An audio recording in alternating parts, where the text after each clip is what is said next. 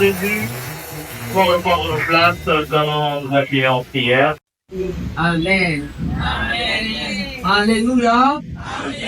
Est-ce que nous sommes dans la joie ce matin? Il y a quelqu'un ici dans la joie, dans la présence du Seigneur. Alors si nous sommes dans la joie, aidez-moi à balancer, à nous faisons de la vie ce matin. Et nous disons également merci à notre adversaire et les véritable encore à l'église là. Nous disons également merci au collège des anciens qui travaillent en collaboration avec lui. Et nous disons merci à tout un chacun de nous de réussir notre guérison en ce jour. Alléluia. Nous avons été demandé de parler, de proclamer l'évangile. Puis alors nous proclamons l'évangile. On va vous proposer le texte de Jonas, Jonas chapitre 1. Nous partirons du 1er jusqu'au 12e verset. Nous pouvons lire la parole de Dieu avec le lien Bertrand, qui peut nous aider à la lecture. Nous lisons au nom de Jésus la parole de l'Éternel qui a adressée à Jonas, fils d'Amitai, en ces mots: lève-toi Quelles sont tes affaires? Et d'où viens-tu? Quel est ton pays et de quel peuple es-tu? Il leur répondit, je suis hébreu, je crains l'Éternel, le Dieu des cieux, qui a fait la mer et la terre. Ces hommes eurent une grande frayeur et lui dirent, pourquoi tu fais cela? Car ces hommes savaient qu'ils fuyaient loin de la face de l'Éternel, parce qu'il leur avait déclaré. Ils lui dirent, que te ferons-nous pour que la mer se calme vers nous? Car la mer était de plus en plus orageuse. Car je sais, c'est moi qui attire sur vous cette grande tempête. Amen. Amen. Dans le Seigneur, étant une église missionnaire, nous ne cesserons de parler de la nécessité de la mission et de l'importance de la mission en ce début de l'année. Et la plupart de nous pensent que le devoir d'aller proclamer l'évangile, d'aller annoncer le Seigneur Jésus-Christ, cela est fait pour une partie des personnes et cela est donné à une catégorie de personnes qui doivent aller proclamer l'évangile. Et bien ce matin, j'aimerais nous dire en ce mot bien aimé, la proclamation de l'évangile est l'affaire de nous tous. Tu vas encore m'aider à dire à celui qui est à tes côtés, la proclamation de l'évangile, c'est notre affaire. Et dis bien les frères, la proclamation de l'évangile, c'est notre affaire. La proclamation de l'évangile, c'est Notre affaire bien aimé. Ce n'est pas une poignée de personnes qui doivent se lever pour aller proclamer le Seigneur Jésus-Christ. Car le Seigneur nous a sauvés, il nous a donné la vie et en cela, il nous a mandaté d'aller parler de sa part à d'autres personnes qui ne les connaissent pas, aussi à ceux qui les connaissent bien avant, mais à un moment donné de leur vie, ils peuvent arriver à abandonner, mais nous devons nous lever afin d'aller parler de Jésus à ces gens-là. Et j'aimerais ici souligner, bien aimé dans le Seigneur, que l'évangélisation de nos jours est devenue plus qu'une urgence et une grande nécessité. Parce que chaque jour, il y a de ceux qui donnent naissance et chaque jour dans la vie, il y a de ceux qui nous quittent. Et voilà pourquoi nous devons, bien aimer dans le Seigneur, faire la mission et proclamer l'évangile de notre Seigneur Jésus-Christ. De la même manière, il nous a sauvés, il paie et il va aussi sauver les bien-aimés qui sont de l'autre côté. Et cela est l'affaire de tout le monde. Alors, qu'est-ce que nous pouvons retenir de l'évangélisation ou de la proclamation de l'évangile? C'est ce que dans notre paroisse, on nous parle toujours de l'évangélisation et il y a plusieurs définitions. Mais ce matin, je voudrais te proposer des directions à prendre ou à comprendre à ce qui concerne l'évangélisation ou bien la proclamation de la bonne nouvelle. Au sens strict, l'évangélisation bien aimée ou bien évangéliser, c'est le fait de présenter Christ à une personne dans le but d'amener celui-ci à l'accepter véritablement dans sa vie. Lorsque nous disons à l'accepter véritablement dans sa vie, bien aimé, c'est-à-dire cette personne-là ne s'appartient plus à lui-même et donne sa vie totalement au Seigneur Jésus. Et au sens large, l'évangélisation pour la proclamation de l'évangile bien aimé, cela consiste à communiquer la volonté ou la parole de Dieu à une personne dans le but de vivre sa vie chrétienne comme il se doit. Nous évangélisons Christ, nous prêchons Christ, nous parlons à d'autres de Christ. L'objectif final, c'est que nous devons ramener ces personnes au Seigneur. Nous devons ramener ces gens à suivre et à prendre Jésus-Christ comme modèle dans leur vie et comme modèle dans leur marche. Est-ce que nous pouvons acclamer le Seigneur? Bien aimé, dans le passage que nous venons de lire, il s'agit d'un homme du nom de Jonas, que Dieu lui-même vient vers lui et l'appelle. Certes, chacun de nous a déjà reçu l'appel du Seigneur. D'autres, on les a prêchés. D'autres, c'est le Seigneur lui-même qui est venu vers eux. c'est le cas de Jonas. Le Seigneur vient vers l'homme.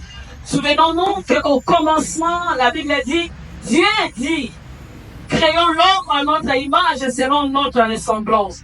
Après avoir créé l'homme que Dieu avait voulu dans le jardin d'Éden, l'homme a trébuché. C'est Dieu qui vient encore vers l'homme. Nous avons un Dieu puissant qui ne cesse de venir vers nous pour nous pousser et nous donner d'aller toujours de l'avant. Dieu vient vers Jonas et l'appelle. Dans ma version ici, des Bibles d'études africaines, le verset 1, la Bible dit, c'est dit, je relis, la parole du Seigneur parvient à Jonas, fils d'Amitai, lève-toi, va à Ninive, la grande. La Bible d'études africaine dit, va vers Ninive et va faire une proclamation. Alors, Jonas entend, Jonas écoute, Jonas saisit la pensée du Seigneur pour sa vie, pour sa destinée, pour ce qu'il devait faire. Le restant de sa vie bien-aimé dans le Seigneur, il entend. Aussitôt entendu le Seigneur, Jonas va se décider, le verset qui suit là, de prendre une route contraire, de prendre une route contraire à celle que le Seigneur l'avait montrée. Il va prendre une route opposée à la pensée de Dieu. Il va prendre un chemin qui n'était pas le chemin que le Seigneur lui avait annoncé. Parce que le Seigneur avait besoin des Ninivites, avait besoin de ces gens qui ne marchaient pas selon la volonté du Seigneur. Et par son amour, puisqu'il a donné aussi de sa vie pour eux, il voulait sauver cet homme. Il voulait sauver ces hommes et ces femmes qui vivaient dans la débauche, qui vivaient dans la désobéissance et qui ne cessaient de faire de choses horribles. Jonas, écoute, tu as une mission, lève-toi, va à Ninive, va proclamer l'évangile. Et dites-leur tout ce qu'ils ont fait, tout ce qu'ils sont en train de faire. Je le constamment les voir en face. Mais ils n'ont personne pour leur dire, écoutez, arrêtez. Ils n'ont personne pour leur dire, écoutez, craignez le Seigneur. Ils n'ont personne pour leur dire, écoutez, abandonnez le mal. Mais je te pointe du doigt, je t'indexe de toi, car tu as le choix que j'ai eu à faire dans ma souveraineté. Jonas, tu as la mission de t'élever et aller parler aux Nénévites. Nous allons comprendre, bien aimé dans le Seigneur, que Jonas était le choix de Dieu.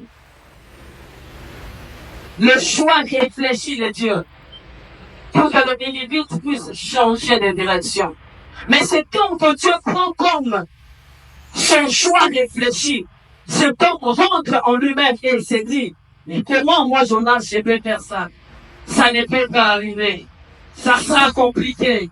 Je suis. Nous savons bien aimé dans le Seigneur, tout ce que Dieu lui-même a appelé dans la Bible, chacun donnait les alimentaires. Il y en a d'autres qui ont dit, écoutez, je suis encore un enfant, je ne peux rien. Il y a un autre qui a dit, moi je ne sais pas parler, je bégaye.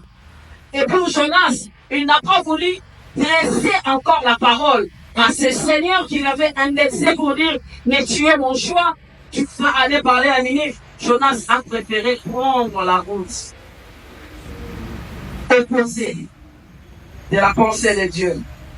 Au verset 2, Jonas écoute la parole de Dieu. Au verset 3, Jonas s'élève maintenant pour prendre une autre direction. Bien-aimé dans le Seigneur, qu'en est-il de nous? Alors que le Seigneur nous a parlé, alors que le Seigneur nous parle, alors que le Seigneur nous oriente par rapport à notre vie, par rapport à notre mission sur terre, par rapport à ce que nous devons faire sur cette terre. Sommes-nous comme Jonas, des personnes, des femmes et des hommes qui entendent la pensée du Seigneur? Et après avoir entendu, aussitôt nous changeons, ou bien nous sommes des femmes et des hommes, alors que nous écoutons la pensée du Seigneur pour nous, pour notre destinée, pour notre ministère, pour notre foyer, pour notre bien-aimée entreprise. Nous nous alignons à la volonté de Dieu, ou bien nous nous écartons. À chaque fois que l'homme entend la parole du Seigneur pour sa vie, pour sa destinée, essaie de s'écarter, il y a des conséquences qui suivent après. Il y a des conséquences qui viennent après. Tu n'es pas le fruit du hasard. Tu es le choix parfait de Dieu pour ta vie et pour ta génération, pour même ces pays. Ceux qui sont tout autour de toi te minimiser. Leur problème, c'est qu'ils ne voient pas la pensée de Dieu pour toi. N'abandonne pas le chemin de Dieu, toi avance. Leur problème, c'est qu'ils ne voient pas la manière de Dieu. Voilà pourquoi on te combat. Voilà pourquoi on te minimise. Mais, n'oublie pas que alors qu'on t'a abandonné, ce n'est pas le temps pour toi d'aller somnoler. C'est le temps d'aller travailler. Amen. Si Jephthé n'avait pas travaillé, au moment de la guerre, il ne pouvait pas donner le meilleur de soi. Le temps de rejet, c'est le temps pour nous que nous devons nous forger encore. Restez constamment dans la présence du Seigneur. Pleurez nuit et jour. Lire et méditer la parole de Dieu. Au temps voulu, on viendra te chercher. Parce que tu es le choix de Dieu. Tu es le choix de Dieu, bien-aimé ce matin. Jonas s'est rendu compte après que c'était le Seigneur qui l'avait appelé. Il voulait aller à Tarsis. Mais ce n'était pas Tarsis. Jonas, ta destination n'est pas Tarsis. Ta destination, c'est Ninive. Parce que là, les hommes meurent. Là, il y a de la débauche. Là, il y a de l'idolâtrie. Personne ne parle à personne. On peut l'appeler Mourabanabana. Jonas, tu es choisi pour aller parler à ces Ninivites. Ne parle pas à Tarsis. Parce qu'à Tarsis, tu vas passer ton temps pour rien. Souvenons-nous que la vie est comme une course. Nous sommes en train de faire la course alors que nous sommes en vie. Chaque minute de notre vie, chaque temps de notre vie compte. Parce que nous ne resterons pas éternels. Nous ne resterons pas éternels. Et le moment où le Seigneur nous donne la vie, nous devons marquer notre existence par des empreintes indélébiles. Même quand tu passes, derrière toi, on parle de toi.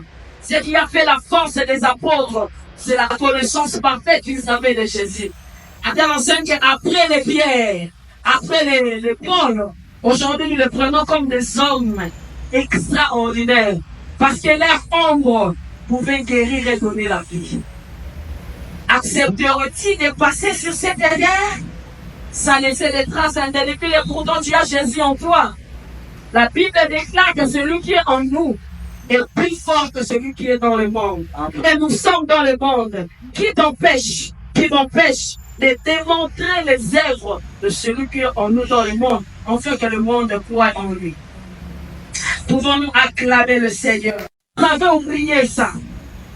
Il appartenait à un Dieu puissant que l'on ne peut pas fuir. Et David nous révèle en secret au psaume 139, le verset 7 et 9. La Bible dit quoi? Psaume 139, on peut nous l'afficher. La Bible est sur noir sur blanc. Où pourrais-je aller pour échapper à ton contrôle? Où pourrais-je fuir pour échapper? Si je monte au ciel, tu es. Si je me couche au séjour de mort, tu es encore là. Et si je prends le zèle de l'aurore pour demeurer au-delà de la mer, là aussi ta main est là. Il pensait fuir le Seigneur en prenant la route de Tarsis, oubliant que le Dieu qui l'a appelé, le Dieu qui l'a donné la mission, est au milieu présent. Alléluia. Amen. Jonas, mais pourquoi tu veux fuir? Dirais-je, ce n'est pas toi qui t'es présenté pour s'autoproclamer et dire je vais évangéliser à Ninive, non. Alors que le Dieu fait son choix sur toi, il te donne les capacités nécessaires. Tu diras à la fin comme Paul, tu dis, en réalité, ce n'est plus moi qui vis, ce n'est plus moi qui fais, ce n'est plus moi qui agis. C'est lui qui m'a appelé, c'est lui qui m'a investi, il m'a doté des capacités nécessaires pour vaincre. Amen. Mais pourquoi t'agites-tu? Il est venu vers toi pour te dire, lève-toi, va à Ninive et proclame la bonne nouvelle. mais tu te mets à fuir. Tu veux le fuir où? Un homme peut-il fuir Dieu? Non. Un homme peut-il se cacher au devant de Dieu? Non. Nous ne pouvons pas.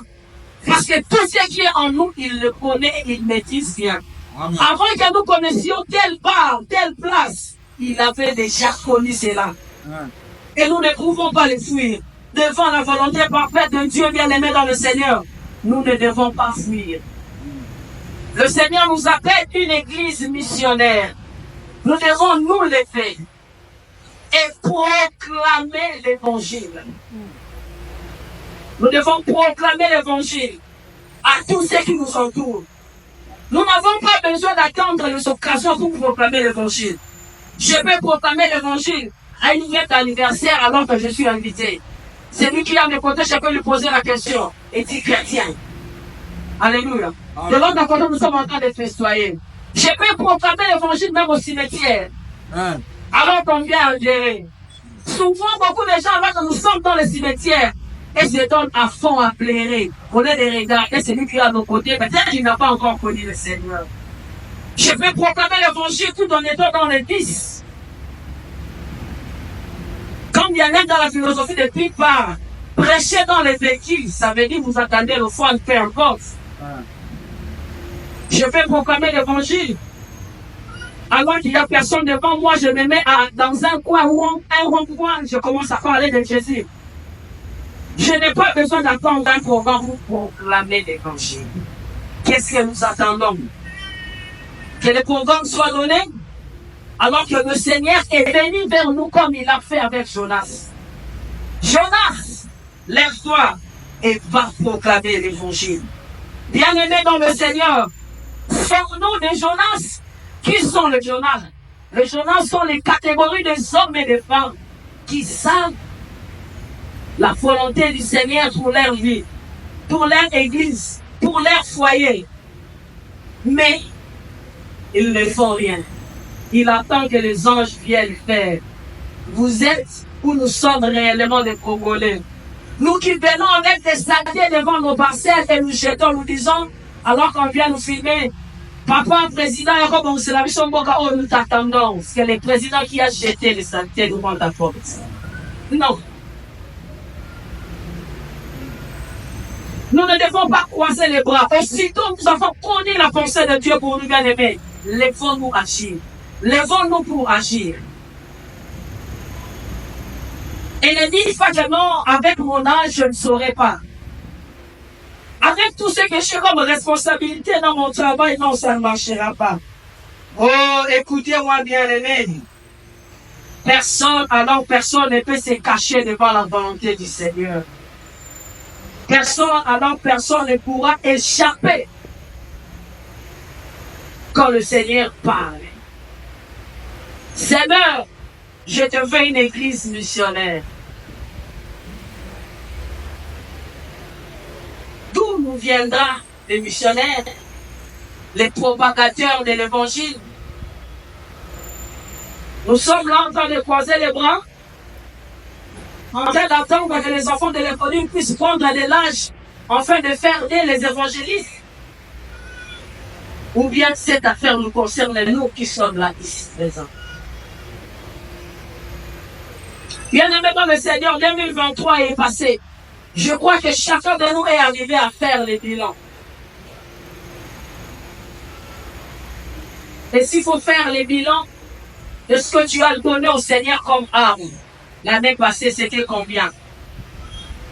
Et nous voilà encore en cette nouvelle année 2024, en ce deuxième dimanche du mois, il te dit, proclame l'évangile. Même si tu fais ce que Jonas a fait, tu finiras par rentrer et proclamer l'évangile. Tu ne peux pas le échapper parce qu'il t'a déjà choisi. Son choix est meilleur. Nous ne pouvons pas. Bien aimé, la proclamation de l'évangile, comme je l'ai dit au début, c'est l'affaire de tout le monde. On peut nous balancer Marc au chapitre 16, les versets 15 et les versets 16. La Bible dit, puis il leur dit, moi je lis à ma version, puis il leur dit, Allez dans le monde entier et proclamez la bonne nouvelle. Ma version, c'est la Bible africaine, Bible des titres africaine.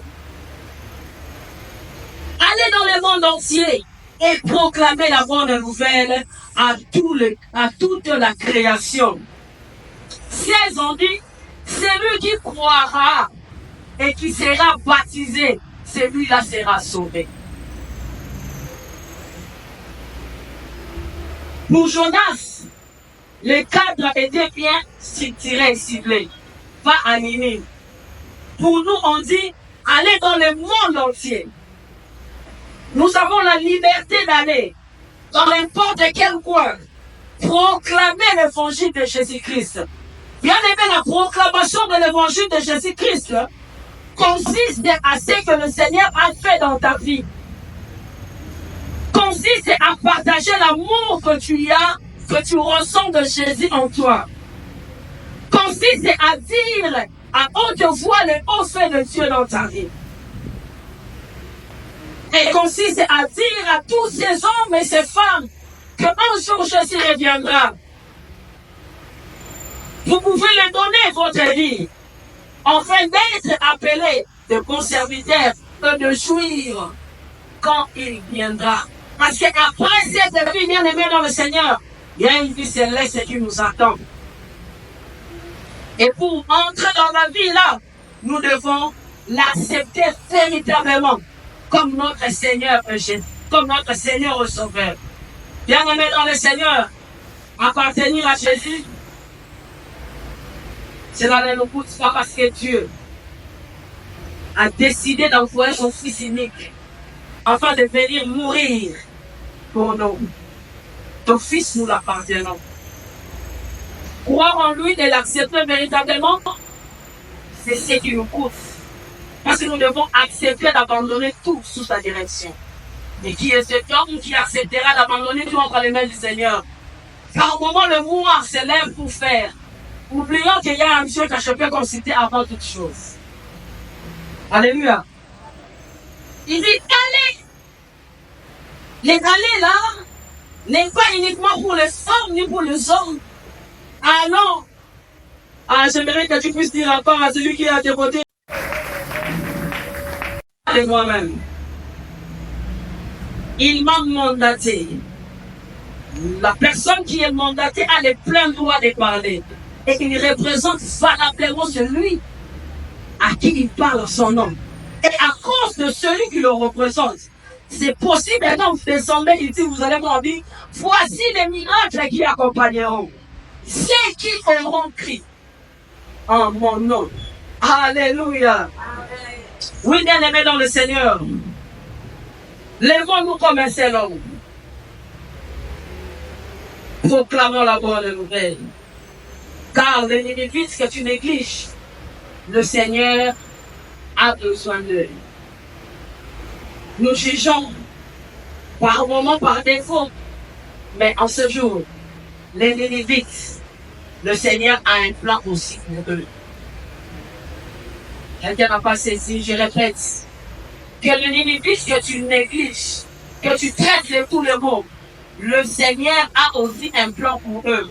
S'il n'avait pas un plan pour eux, il ne devait pas demander à Jonas de se lever et d'aller. Qu'est-ce que nous faisons? Nous abandonnons les prostituées. Nous délaissons le koulouna. Nous avons même peur d'aller les évangéliser. Au risque qu'en plus nous prenons nos bijoux et nos téléphones. Mais ce sont des Ninévites. Ce matin, j'aimerais te dire, le Seigneur a un plan aussi pour eux. Il a un plan pour ces Ninévites que tu négliges. Les gens de mauvaise vie. Les gens qui font toutes sortes de choses mauvaises. Et le Seigneur les aime autant qu'il t'aime. Le problème, c'est que tu les as seulement précédés dans la foi. Mais aux yeux du Seigneur, il vous regarde à la même diapason. N'as-tu pas lu dans la Bible qu'en lui, il n'y a point d'ombre de variation? Tu les as précédés. Il les aime aussi. Et voilà pourquoi, bien-aimés, nous devons nous lever comme un seul homme, aller proclamer l'évangile à ces Ninivites qui meurent jour après jour avec l'excès de la drogue, l'excès de la boisson. Ils meurent jour après jour. J'aimerais te dire, frère, j'aimerais te dire, sœur, accepte de briser les barrières pour aller proclamer l'évangile. Accepte de quitter ton zone de confort pour aller proclamer l'évangile. Parce que pour Jonas, Ninive ne représentait pas la ville la plus confort, non. Ninive avait beaucoup de significations que chacun le définissait à sa manière. Et à telle enseigne que les gens qui disent qu'ils ont Dieu, s'ils piétinent à Ninive, ils deviennent automatiquement salués par les péchés de Ninivites. Voilà pourquoi Jonas ne voulait pas aller. Mais en ce matin, bien-aimés, quittons notre zone de great confort. Enlevons nos galons. Mettons nos titres de côté. Notre savoir également, nos relations, notre rang social. Acceptons de descendre au niveau de l'Église. Au niveau de ces gens, pour leur parler de l'amour de Jésus. Le Seigneur t'a fait grâce de ne pas passer par ce chemin-là.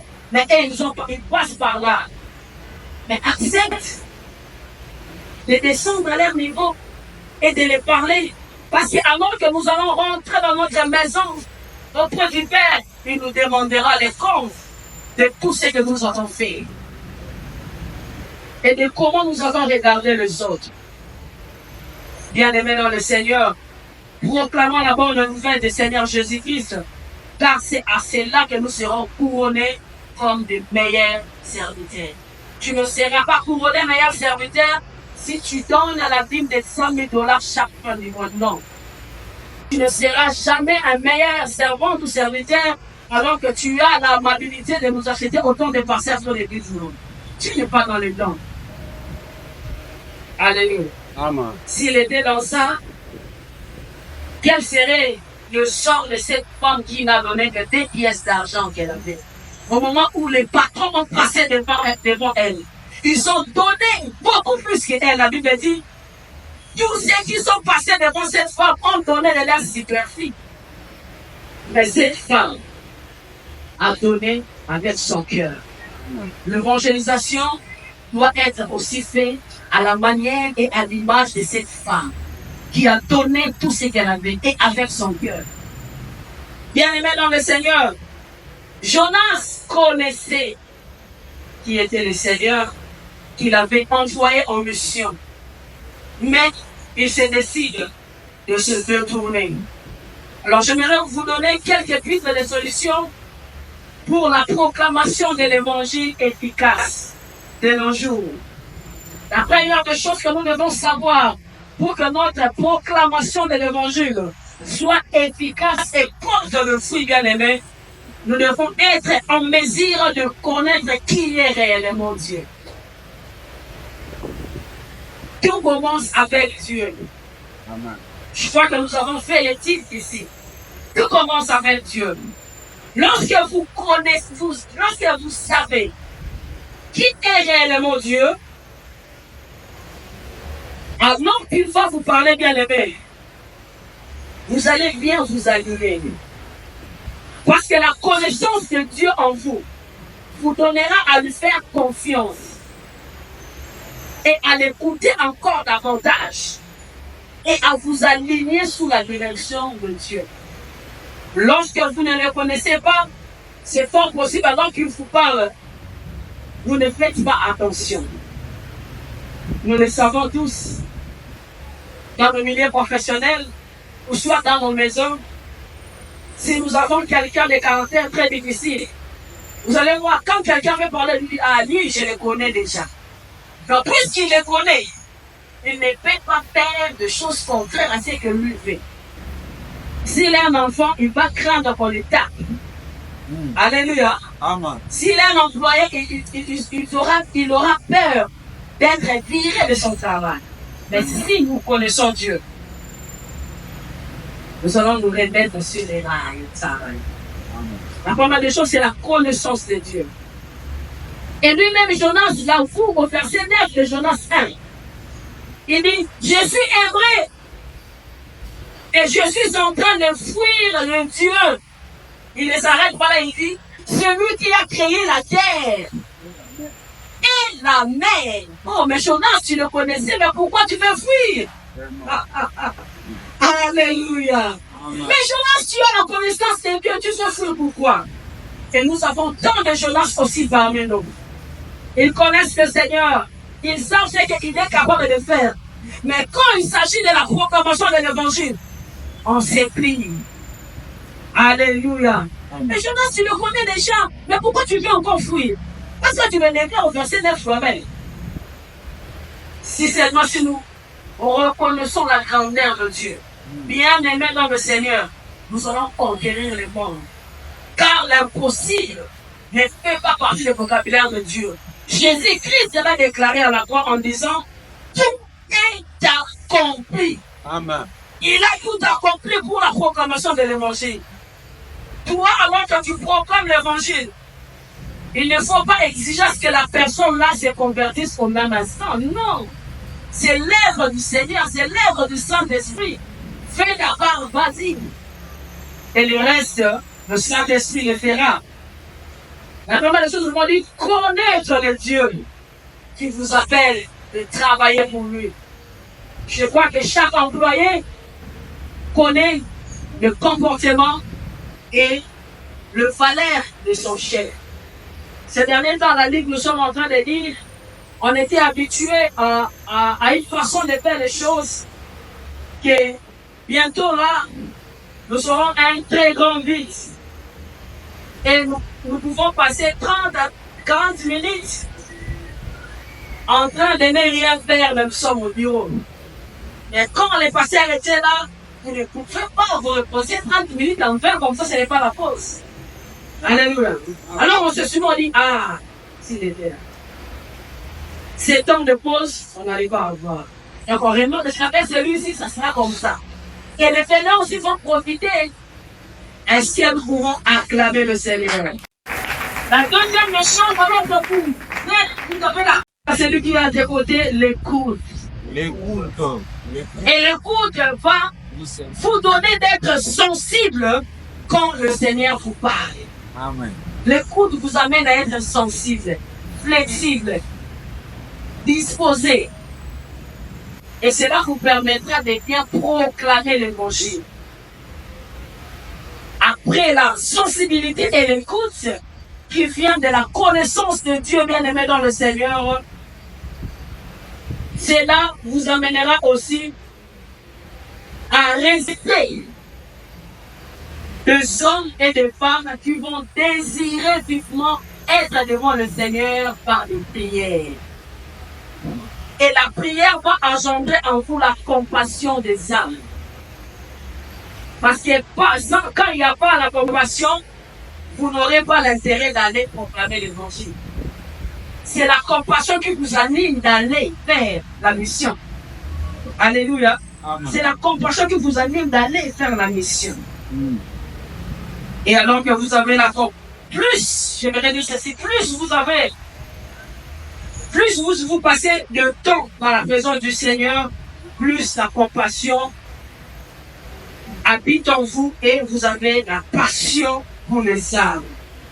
Et le dernier point, c'est quoi? C'est la patience qui doit être suivie de la persévérance.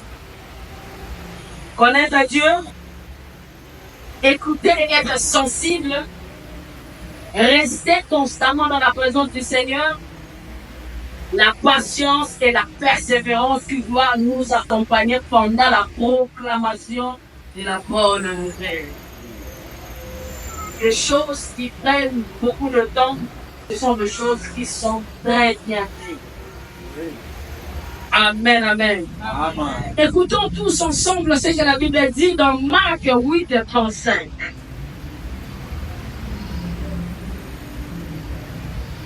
La Bible dit, Car celui qui voudra sauver sa vie la perdra. Mais celui qui perdra sa vie à cause de moi, mettons-nous d'accord, à cause de lui, lui Jésus, il ne s'arrête pas là, il ajoute, et à cause de la bonne nouvelle, il fera quoi? La sauvera. Je ne vous entends pas, il fera quoi? La sauvera. Pouvons-nous répéter, il fera quoi? La sauvera. Vous allez sauver votre vie. Voilà pourquoi j'ai dit, quittons nos zones de confort. Ne prétendons pas sauver, protéger notre vie, non.